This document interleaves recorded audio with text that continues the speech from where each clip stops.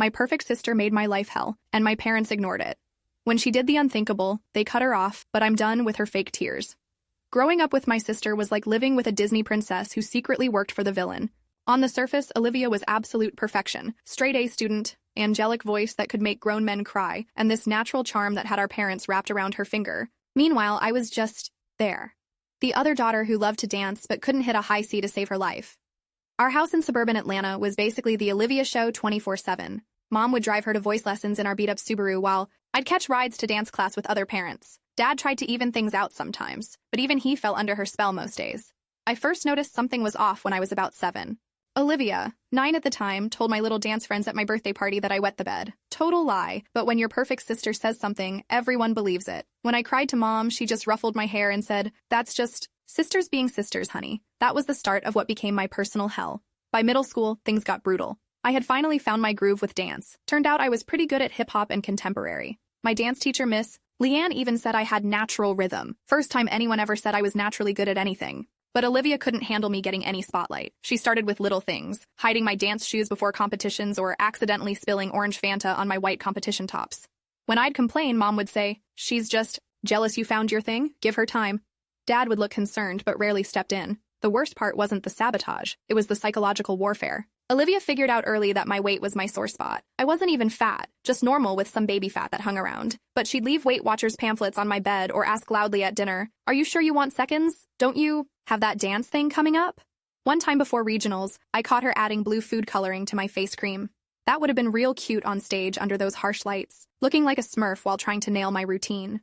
Dad walked in right as it was happening, and for once, he didn't brush it off. "Olivia, what the hell are you doing?" he demanded, his voice doing that scary quiet thing adults do when they're really mad. "It was just a joke," she said, those big innocent eyes already welling up with tears. Oscar-worthy performance, truly. Dad wasn't buying it. "You're grounded for 2 weeks. No phone, no friends, no choir practice." Mom tried to argue it down to just a weekend, but Dad held firm. It was the first time I felt like someone was actually seeing what was happening.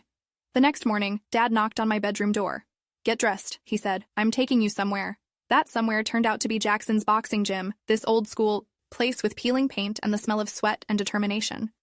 "You need to learn to stand up for yourself," Dad explained. "Your sister? She's got something mean in her. I love her, but I see it now." So twice a week, I trained with Maria, this badass former amateur champion who took no crap from anyone. "Plant your feet," she'd say. "Generate power from the ground up. Don't telegraph your moves." I didn't tell anyone at school or Olivia about the boxing. For once, I had a secret weapon.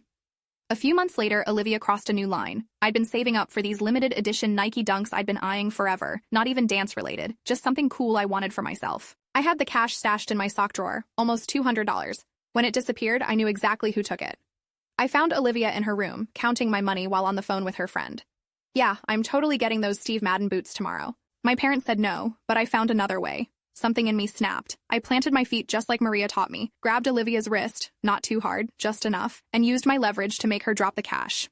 "What the—" she started, eyes wide with shock. "Touch my stuff again," I said, my voice steady in a way that surprised even me. "And next time won't be so nice." She ran crying to our parents, of course. Mom was ready to ground me for a month, but Dad asked what happened first. "She stole my money," I explained. "I just took it back." Dad nodded slowly. "Olivia, is this true?" The look on her face when she realized her golden child status wouldn't save her this time? Priceless. Dad made her apologize and do my chores for 2 weeks. After that, the physical torment mostly stopped. Olivia switched to psychological warfare, spreading rumors at school, making subtle digs at family gatherings. But I had found my backbone. I started calling her out on the spot. "Why would you say something like that?" I'd ask loudly when she'd make some backhanded comment. The embarrassment usually shut her up. Update. Y'all, I'm blown away by your support. So many of you asking how I survived high school with Hurricane Olivia. Truth is, things got better and worse. Boxing taught me to stand my ground, but Olivia just got sneakier. The real question is, what would you do if your toxic sibling followed you to college? Because that nightmare was just around the corner. Senior year, I got accepted to Miami on a dance scholarship. Finally, freedom was on the horizon. Olivia had already graduated and was doing some community college program while trying to make it in Atlanta's music scene. My parents were throwing money at voice coaches and demo recordings while I was packing my secondhand stuff for the dorms. Those 4 years in Miami were like breathing fresh air after being underwater my whole life. I made real friends who actually liked me for me. I joined this amazing dance crew that performed at clubs and events around South Beach. My roommate Tasha became the sister I never had. Supportive, kind, actually happy when good things happened to me.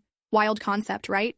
Junior year, I met Aiden at this house party in Coral Gables. He was pre-law, wicked smart with this smile that made my knees weak. We had the kind of whirlwind romance you see in movies. Beach dates, sneaking into hotel pools we definitely weren't guests at, dancing until sunrise at clubs where his buddy knew the bouncer. After graduation, we moved in together while he started law school and I taught dance at a local studio. 2 years later, he proposed on South Beach at sunrise. I was 24 and thought I'd finally escaped my past and found my happy ending. Then came the pregnancy scare, except it wasn't a scare, it was real. We fast-tracked the wedding, nothing fancy, just a courthouse thing with a few friends. My parents came down, and yeah, so did Olivia. She was all sweetness and light at the wedding, which should have been my first red flag. Little Noah came along, perfect in every way with Aiden's eyes and my stubborn chin. Motherhood hit me like a truck. The exhaustion, the overwhelming love, the constant worry I was screwing everything up. Aiden was buried in law school finals when Noah was born, so my mom came to help for 2 weeks. It was the first time we'd actually bonded, just us.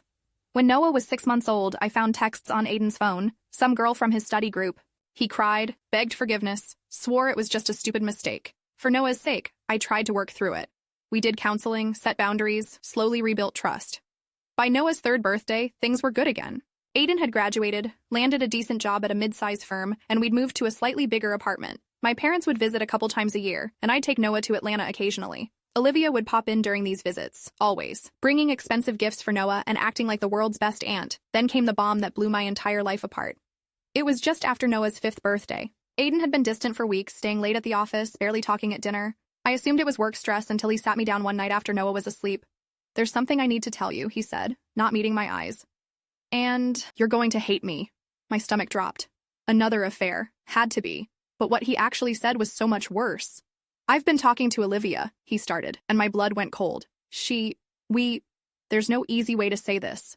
He took a deep breath, then dropped the nuke. "Olivia and I had a thing. Before Noah was born. It started that Christmas we went to your parents, and it kept going." My mind was spinning, trying to process what he was saying. Christmas before Noah, that was 5, almost 6 years ago. They'd been carrying on behind my back for that long? "There's more," he said, his voice barely audible. "Noah. I don't know if he's mine." The room started spinning. I gripped the edge of our IKEA coffee table so hard my knuckles turned white. "What are you saying?" I managed to choke out. "The timing. It could be either of us. Olivia says she thinks he's mine, but she can't be sure." I couldn't breathe. My sister and my husband, my sister, and my son might actually be my nephew? "How long?" I whispered. "How long has this been going on?" Aiden looked like he might throw up. "On and off since that Christmas. She'd come visit, when you thought she was seeing friends in Miami. When she'd babysit Noah so we could have date nights. Every memory was being rewritten in real time. All those times Olivia had been so eager to help with Noah. All those bizarre coincidences where she'd show up in Miami for random reasons. How had I been so blind?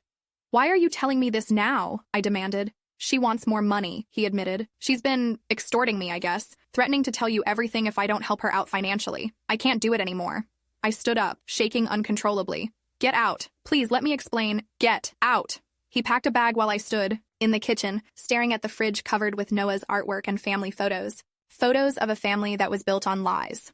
After Aiden left, I called my parents. It was 1 a.m. their time, but this couldn't wait. Dad answered, groggy with sleep. "I need to tell you something," I said, my voice surprisingly steady despite the tears streaming down my face. "It's about Olivia." I laid it all out. The affair, the possibility that Noah wasn't Aiden's, the years of deception. Mom got on the line partway through, making disbelieving noises. "There must be some misunderstanding," she kept saying. "Olivia wouldn't do that." Dad was quiet for a long time, then, "Put her on FaceTime, right now." 20 minutes later, my phone lit up with an incoming video call. My parents were in their bedroom, Mom still in denial, Dad looking like he'd aged 10 years in an hour. Olivia appeared on screen, clearly having been woken up by our parents. "What's going on?" she asked, all innocent confusion. "Tell them," I said, my voice ice cold. "Tell them what you did." "I don't know what you're talking about," she said, but her eyes gave her away. That slight widening, the quick dart to the side. "Aiden told me everything," I said. "About you two, about Noah." "He's lying," she said immediately. "Whatever he told you is a complete lie." Dad leaned into the camera. "Olivia, if you're lying to us right now..." "I'm not," she insisted. "Why would I sleep with her husband? That's disgusting." "Ex-husband," I corrected. "As of tonight." "This is crazy," Olivia continued, getting worked up. "Aiden's obviously making this up to cover for something he did. I would never betray my sister like that." Then she made a crucial mistake. Besides, Noah looks nothing like me. He's clearly Aiden's. I hadn't mentioned anything about what Noah looked like. The silence was deafening. Mom's face crumpled as the truth finally hit her. Dad just shook his head slowly. "You're done," he said quietly to Olivia. "The apartment we're paying for, you have 30 days to find somewhere else. The credit cards, canceled tomorrow. The trust fund you were getting at 35, I'm calling the lawyer in the morning." "Daddy, no!" Olivia cried, the waterworks starting right on cue. "She's turning you against me. This isn't fair." "Fair?" I laughed, the sound harsh even to my own ears. "Was it fair when you slept with my husband? Was it fair when you played auntie to a child who might actually be yours? Was any of what you've done to me my entire life fair?" Mom was sobbing now. "How could you, Olivia? Your own sister—" I hung up.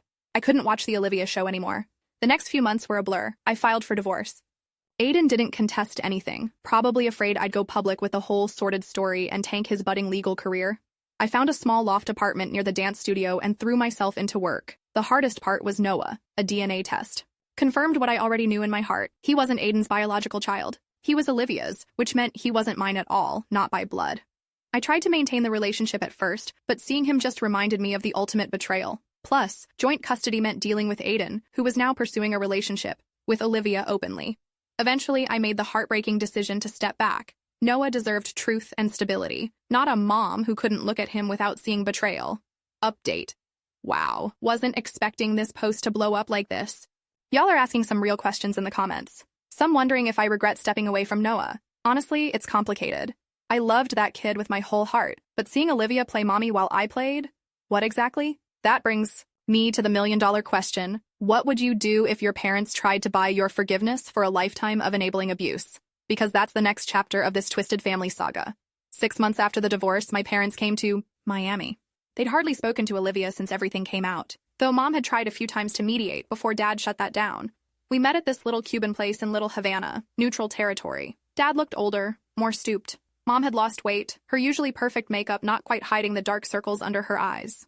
"We've been doing a lot of thinking," Dad began, after we'd ordered coffee. "About the past. About how I failed you." Mom nodded, tears already forming. "We should have seen what she was doing to you. We should have stopped it." "Why? Didn't you?" I asked, the question I'd been holding in for decades. Dad stared into his coffee.